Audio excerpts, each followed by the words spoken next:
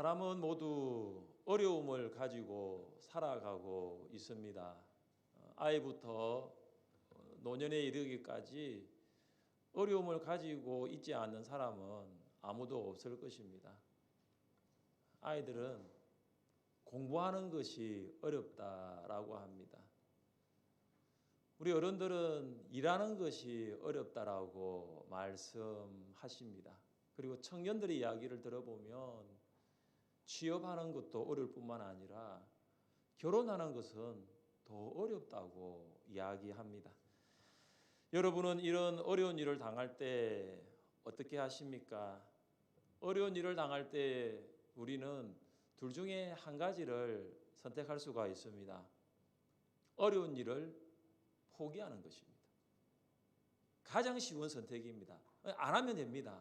그냥 포기하면 됩니다. 또 하나는 어려운 일을 당할 때 그 일이 어려운 일인지를 압니다. 모르는 것이 아닙니다.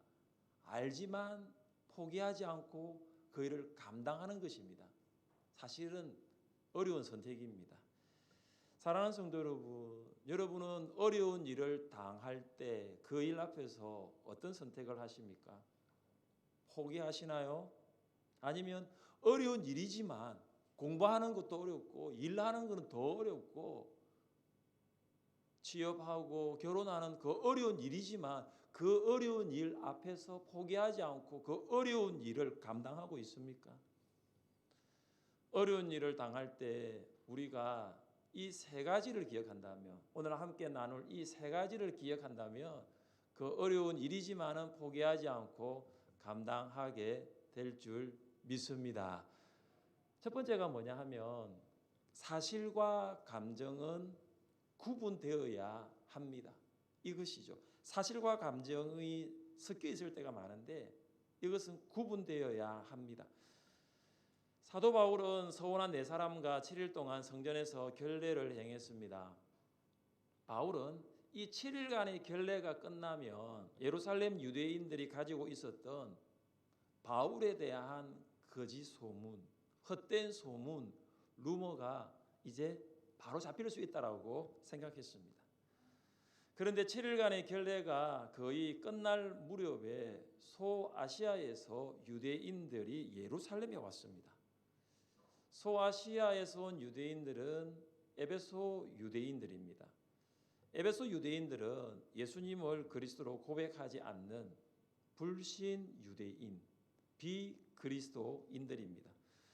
그들은 바울이 전하는 복음을 방해하고 또 바울을 박해하고 소동을 일으켜서 심지어 바울을 죽이려고까지 하였습니다. 에베소 유대인들이 그렇게도 죽이려고 했던 바울을 성전에서 다시 보게 되자 그들은 이 기회를 놓치지 않고 싶었습니다. 그들은 성전에 있는 무리들을 충동하여 바울을 붙들었습니다. 에베소 유대인들이 바울을 어떤 사람이라고 고소하면서 무리를 충동했습니까?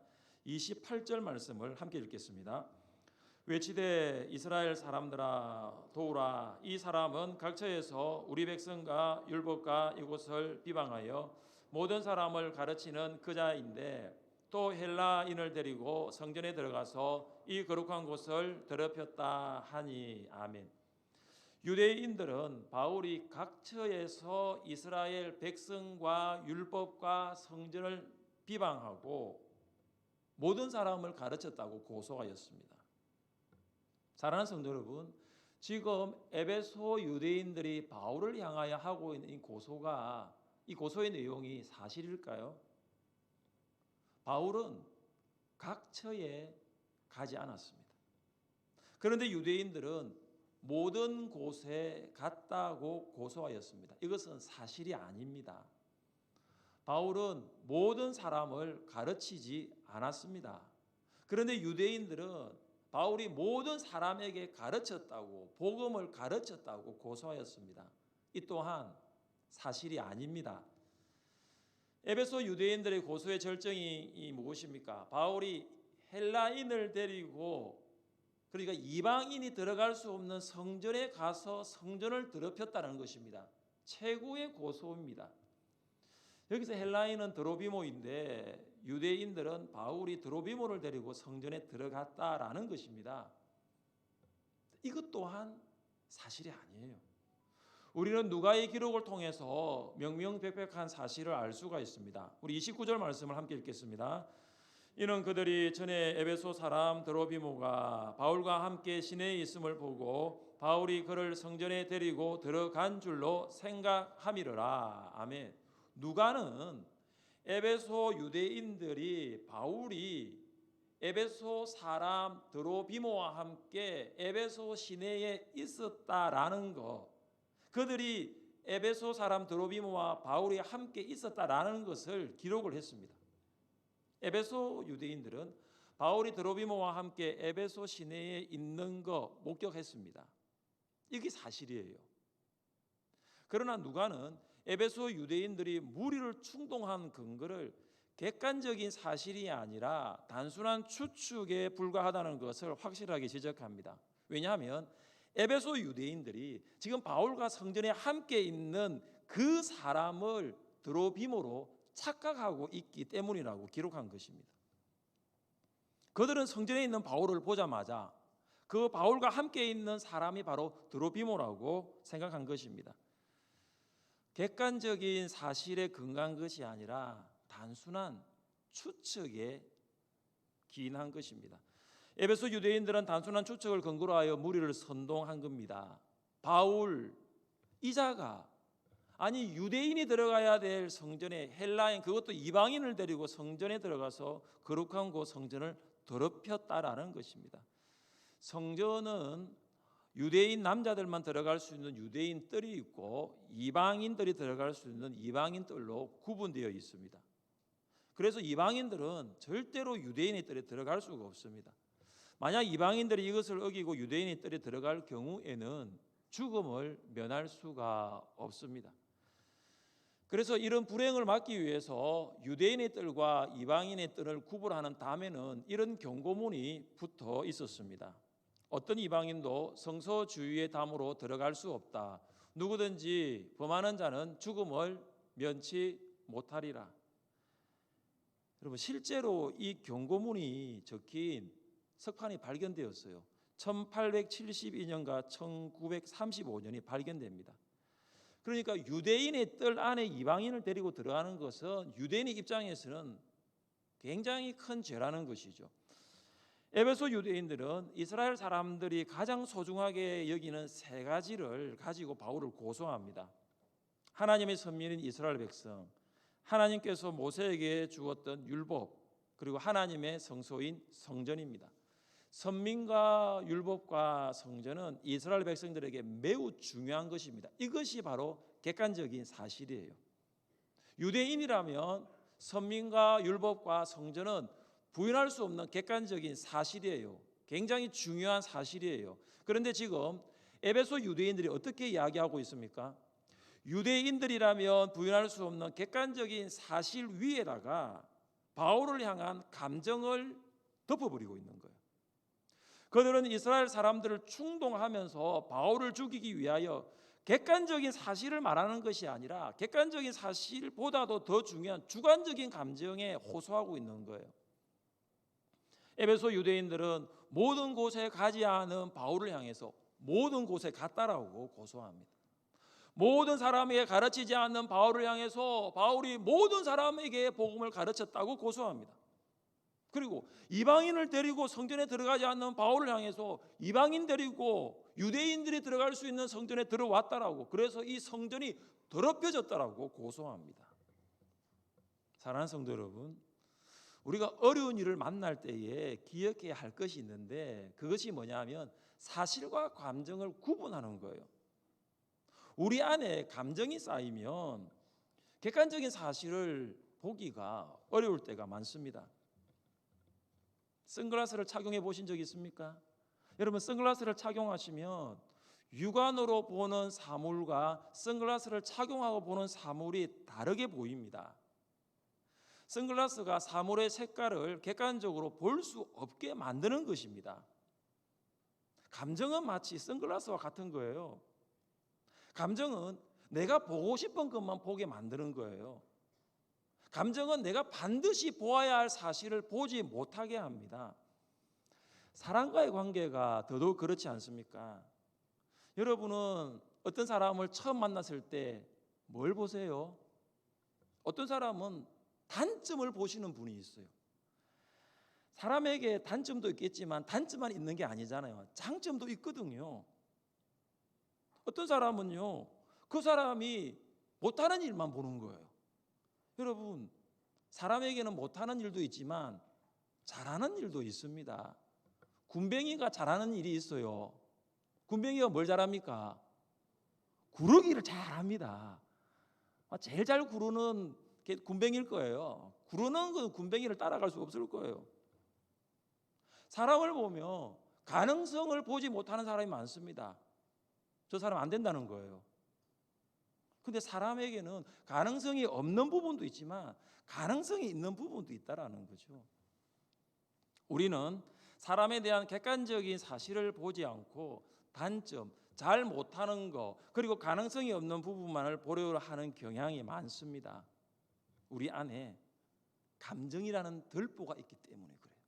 그 사람에게 가지고 있는 감정이라는 들보가 있기 때문에 정말 그 한 사람이 가지고 있는 장점, 잘하는 거 있잖아요. 그 가능성을 보지 못하게 합니다.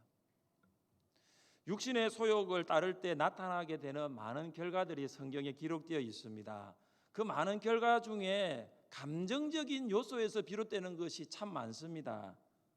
원수 맺는 것과 분쟁과 시기와 분냄과 당 짓는 것과 분열함, 이게 육신의 소욕을 따라갈 때에 사람과의 관계, 대인관계에서 나타나는 일들입니다. 그래서 감정을 따라가게 될 때에 첫 번째 나타나는 것이 뭐냐 하면은 사람과 원수가 되는 거예요. 어느 텔레비전 방송에서 노인 부부를 대상으로 퀴즈도 풀고 게임을 하는 프로그램이 있었습니다. 한 번은 80이 넘는 노부부가 낱말 맞추기 게임을 하였습니다. 할아버지가 글자판에 적힌 낱말을 보고 설명하면 할머니가 그 낱말을 맞추는 게임이었습니다. 할아버지가 글자판에 적힌 낱말을 보았습니다. 천생연분. 할아버지가 자신만만했던 것 같아요. 그래서 미소를 지었습니다. 할머니에게 물었습니다. 우리처럼 이렇게 부부가 행복하게 사는 걸 뭐라고 하지? 할머니가 대답을 못하는 거죠. 할아버지가 가슴을 치면서, 너무 답답해가지고 가슴을 치면서, 아니 우리 부부를 뭐라고 해? 우리 같은 부부를 뭐라고 하잖아. 할머니가 그제서야 답을 알았다는 듯이 큰 소리로 외쳤습니다. 왼수. 순간 방청석이 웃음바다가 되었지만 이 할아버지는 당황한 거예요. 지금 그게 답이 아니거든요. 다시 설명을 합니다. 아니 그것 말고 네 글자로 하는 거 있잖아. 할머니가 생각을 하더만 네 글자? 더욱 자신만만하게 네 글자로 이야기합니다. 평생 왼수. 여러분은 이렇게 살지 않으시죠? 원수가 되면 분쟁이 생겨요. 시기와 분냄을 통하여 사람의 마음이 상합니다. 자신의 목표를 이루기 위해서 다른 사람을 공격하기도 하고 또 당을 만들고요. 당을 만들면 분열까지 합니다. 사람과의 관계를 회복하고 개선하기를 원하십니까? 혹시 사람과의 관계 때문에 어려움에 처해져 있습니까? 그렇다면 그 사람을 향한 감정을 잠시 내려놓으세요. 미워하고 정오하고 화를 내고 싶은 감정까지도 내려놓고 그 사람의 가지고 있는 장점, 그 사람이 가지고 있는 가능성, 그 사람이 잘할 수 있는 것을 바라보기를 시작하십시오. 사실을 바라보는 거예요. 사랑하는 성도 여러분, 관계에 어려움이 있습니까? 관계로 인한 어려운 일을 당할 때 감정으로 대하지 마시고 그 사람의 있는 모습 그대로를 받아들일 수 있기를 바랍니다. 왜냐하면 가장 중요한 거죠. 왜냐하면 하나님께서 그 사람을 그렇게 만드셨기 때문에, 하나님께서 그 사람을 그렇게 지으셨기 때문에 그 사람의 있는 모습 그대로를 받아들이는 거예요. 둘째, 하나님은 피할 길을 주십니다. 우리 한번 따라해 봅시다. 하나님은 피할 길을 주십니다. 하나님은 피할 길을 주십니다. 어려운 일을 당할 때 이거 기억하는 거예요. 하나님은 피할 길을 주십니다. 에베소 유대인의 충동으로 예루살렘 유대인들은 갑자기 흥분하기 시작했습니다. 이방인을 성전에 데리고 들어가 성전을 더럽혔기 때문에 바울을 죽여야 한다는 거예요. 예루살렘 유대인들은 폭도로 돌변하였습니다. 그들은 성전 내부에 있는 바울을 붙들어서 이제 이방인의 뜰로 끌고 나갔습니다. 그냥 끌고 나간 것이 아니에요. 계속해서 아마 인정사정 없이 바울을 끌고 나갔을 거예요.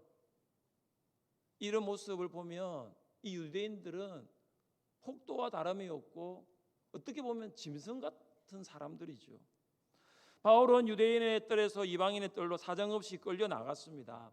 사태가 매우 가격하고 비이성적인 방향으로 걷잡을 수 없이 흘러가고 있었던 것입니다.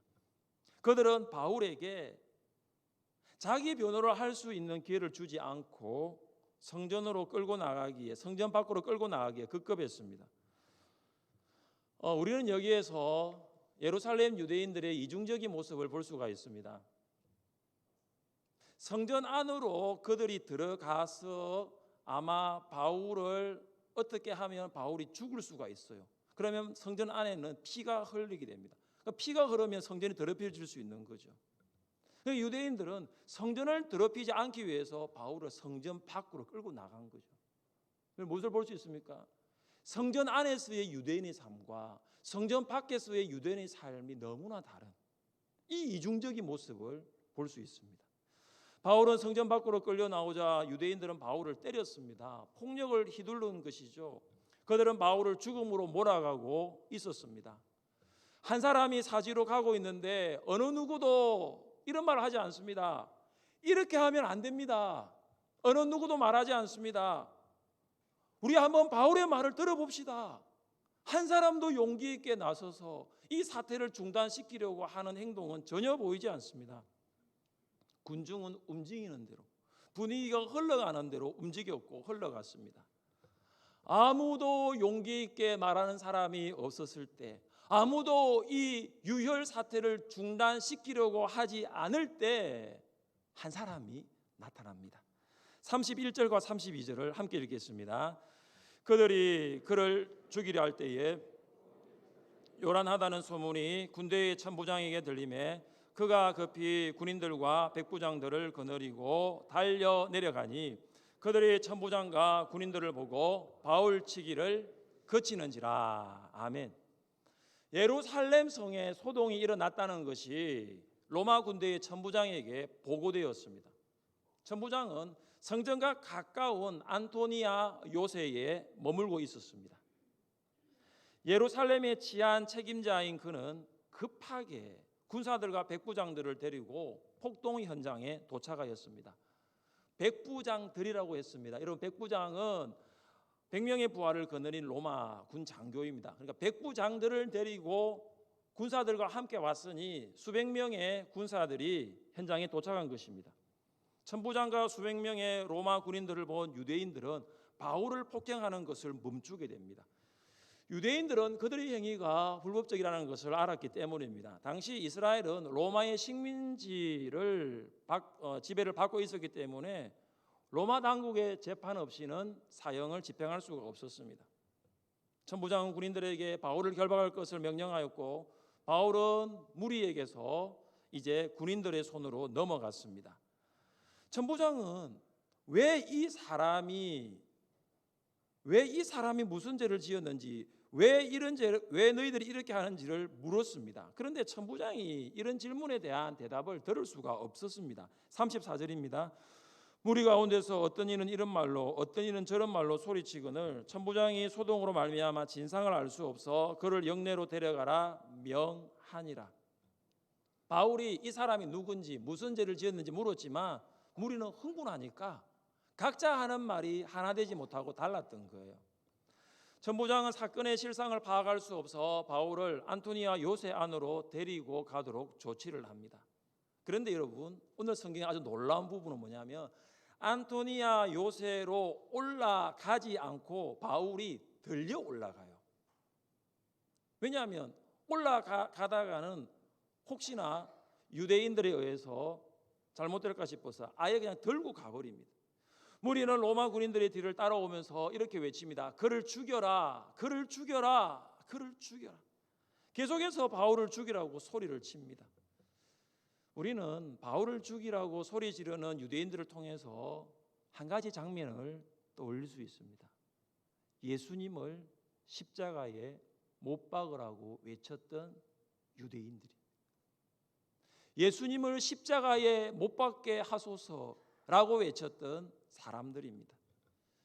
예수님 시대와 바울 시대, 동일하게 진리를 위하여 복음을 위하여 살아가고 있는 사람들에게는 어려움이 있습니다. 진리와 복음을 위해 걷는 길은 결코 꽃길이 아닙니다. 여러분 아십니까? 진리와 복음을 위해 걷는 길이 비록 꽃길은 아닐지라도 그 길은 예수님께서 걸어가셨습니다. 그 길은 예수님께서 이미 걸어가셨던 길입니다. 사랑하는 성도 여러분, 우리가 어려운 일을 당할 때 하나님께서 피할 길을 주심을 믿을 수 있으시기를 바랍니다. 성남 폭도들에 의해서 죽어가고 있었던 바울은 아마 죽는 줄 생각했을 거예요. 그는 천부장이 백부장과 수백 명의 군인을 거느리고 올 줄을 알지 못했을 거예요. 바울은 군인들에 의해서 들려서 안전한 안토니아 요새로 옮겨질 줄 알지 못했을 것입니다. 하나님은 우리에게 피할 길을 주시는 분이십니다. 우리 함께 말씀을 읽어보겠습니다. 사람이 감당할 시험밖에는 너희가 당한 것이 없나니 오직 하나님은 미쁘사 너희가 감당하지 못할 시험당함을 허락하지 아니하시고 시험당할 즈음에 또한 피할 길을 내사 너희로 능히 감당하게 하시느니라. 아멘. 하나님께서는 우리가 시험을 당할 때에, 어려운 일을 당할 때에 피할 길을 내십니다. 우리가 가는 길이 비록 광야 길이라도, 우리가 걷는 길이 비록 사막이라도 하나님께서는 사막 가운데, 광야 가운데 길을 내시는 분이십니다. 그래서 우리는 하나님을 이렇게 고백합니다. Waymaker, 큰 길을 만드시는 주, 길을 만드시는 하나님. 분명히 기억하십시오.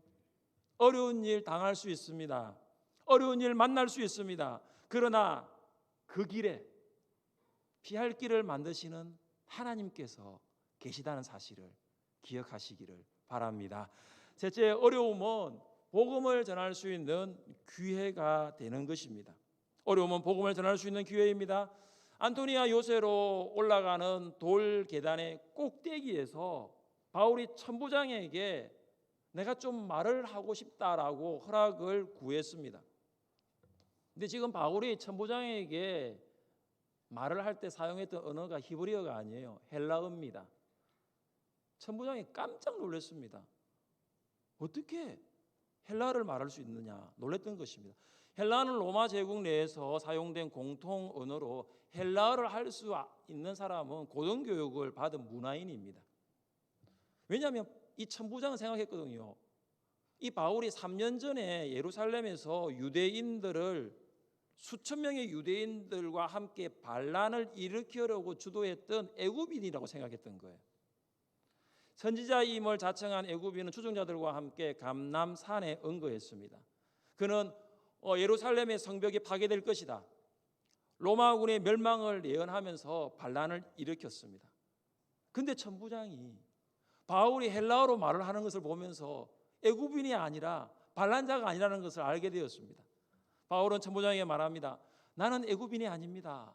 나는 작은 도시에서 태어난 사람이 아니라 길리기아 다소의 시민입니다 라고 밝힙니다. 여러분, 당시 다소는 헬레니즘 문화의 중심지로서 대학들이 참 많았는데 수준 높은 도시가 다소예요. 바울은 자신을 천부장에게 소개함으로써 나는 반란자가 아닙니다, 나는 잘못한 일이 없다라고 그의 오해를 해소할 수가 있었습니다. 여러분, 놀라운 것은 그 다음이에요. 여러분, 이제 군대에 의해서 안전한 곳으로 들어갈 수 있는 지금 기회를 얻었습니다. 또 하나, 이제 천부장과 바울이 반란자가 아니고 애굽인이 아니고 이제는 아무 죄도 없다는 것을 이제 알게 되었어요. 자, 그러면 그 다음 수순은 뭐냐면 그냥 안토니아 요새로 들어가면 되는 거예요. 그런데 바울이 그렇게 하지 않아요. 그냥 들어가면 안전해요. 폭도들이 지금 안토니아 요새로 들어가는 입구에 있는데 요새 안으로 들어가면 되는데 바울이 그렇게 하지 않아요. 바울은 자기를 성전에서 끌어내렸던 그 유대인들, 심지어 자기를 죽이려고 했던 그 유대인들을 향해서 말하고 싶은 것이 있었던 거예요. 생명의 위협을 받았습니다. 생명의 위협을 받고 있어요. 그런 생명의 어려움 가운데 있었습니다. 여러분, 우리가 볼 때는 한시라도 빨리 들어가면 돼요. 빨리 들어가서 요새 문이 잠기면 되는데 그게 오히려 더 안전해요. 그게 오히려 더 현명한 선택이에요. 근데 바울을 보십시오. 바울은 육신의 안전을 도모하기 위하여 요새 안으로 들어가지 않고 있습니다. 천부장에게 허락을 받아서 유대인들에게 말을 하려고 합니다. 40절입니다. 천부장이 허락하거늘 바울이 청대 위에 서서 백성에게 손짓하여 매우 조용히 한 후에 히브리 말로 말하니라. 바울은 요새라는 안전한 곳으로 들어가지 않고 살기 등등한 유대인들을 향하여 복음을 전합니다. 어려움은 어려움으로 끝나지 않아요. 성도가 바라보는 어려움은 기회라는 거예요. 성도가 어려운 일을 당할 때 이때가 기회라는 거예요. 어떤 기회죠? 복음 전할 수 있는 기회. 사람들은 지금이 어렵다고 합니다. 그래서 복음을 전할 수 없다라고 합니다. 지금은 위기라고 합니다. 우리조차도 그렇게 생각할 때가 많아요. 지금은 어려운 일, 어려운 때고 지금은 위기이고 지금은 성도로서 신자로서 교회로서 할 수 있는 일은 아무것도 없다라고 합니다. 근데 바울을 보십시오. 바울은 가장 어려운 상황 가운데 자신을 죽이려고 했던 그 사람들 앞에서 안전한 곳으로 들어간 것이 아니라 그 어려움을 기회로 삼은 거예요. 복음 전하는 기회로 삼은 거예요. 사랑하는 성도 여러분, 코로나는 전 세계적인 어려움이 분명합니다. 그래서 팬데믹이 선언되었죠. 모든 사람들이 코로나 가운데 어려워하고 있습니다. 교회도 마찬가지예요. 그러나 보십시오, 여러분. 여기를 보세요. 본당을 보세요. 어려운 가운데서도 어려운 일을 만났지만 하나님께서 이렇게 본당을 리모델링 하도록 도우셨어요. 어려운 가운데 할 수 없었던 것이 아니라 어려운 가운데 하게 하셨어요. 어려움이 기회가 된 거예요. 위기가 기회로 바뀐 거지요. 여러분에게 어려움이 있습니까? 그 어려움은 기회가 될 거예요. 그 어려움은 하나님께서 피할 길을 내시는 것을 경험하는 기회가 될 것이고 그 어려움은 복음을 전하는 기회가 될 거예요. 우리 교회가 설립한 하나님 나눔 사회적 협동조합에서 운영하게 될 카페 중공 감사 예배를 드리게 됩니다. 여러분 한번 상상해 보세요. 나중에 영상을 보게 될 텐데 이 코로나 가운데 정말로 이 건물을 중공할 수 있었던 것은 어려운 가운데 아무 일도 못하는 것이 아니라 그 어려움을 기회로 바꾸시는 하나님을 우리가 지금 경험하고 있어요. 어려운 가운데 이웃을 섬길 수 있는 기회를 하나님이 주신 거예요. 다시 시작하는 일주일의 첫날이에요. 어려운 일을 안 만나면 좋겠지만 만날 수 있습니다. 그러나 여러분 그 어려운 일을 만날 때 꼭 기억하세요. 특별히 사람과의 관계 어려운 일을 만날 때에 여러분이 지금까지 그 사람이 가지고 있던 생각들을 잠시 내려놓고 하나님께서 그 사람을 만드신 이유, 그 사람이 가지고 있는 장점, 그 사람이 잘할 수 있는 거, 그 사람의 가능성이라는 그 사실만을 보려고 노력해 보십시오. 피할 길을 하나님 내십니다. 불가능이 없으신 하나님, 전능하신 하나님, 사막과 광야에서 길을 만드시는 하나님이십니다. 어렵지만 그 어려움을 기회로 삼으십시오. 어려움을 기회로 아십시오. 어려운 가운데 일하시는 주님 의지하며 살아갈 수 있기를 주님의 이름으로 축복합니다. 우리 함께 일어나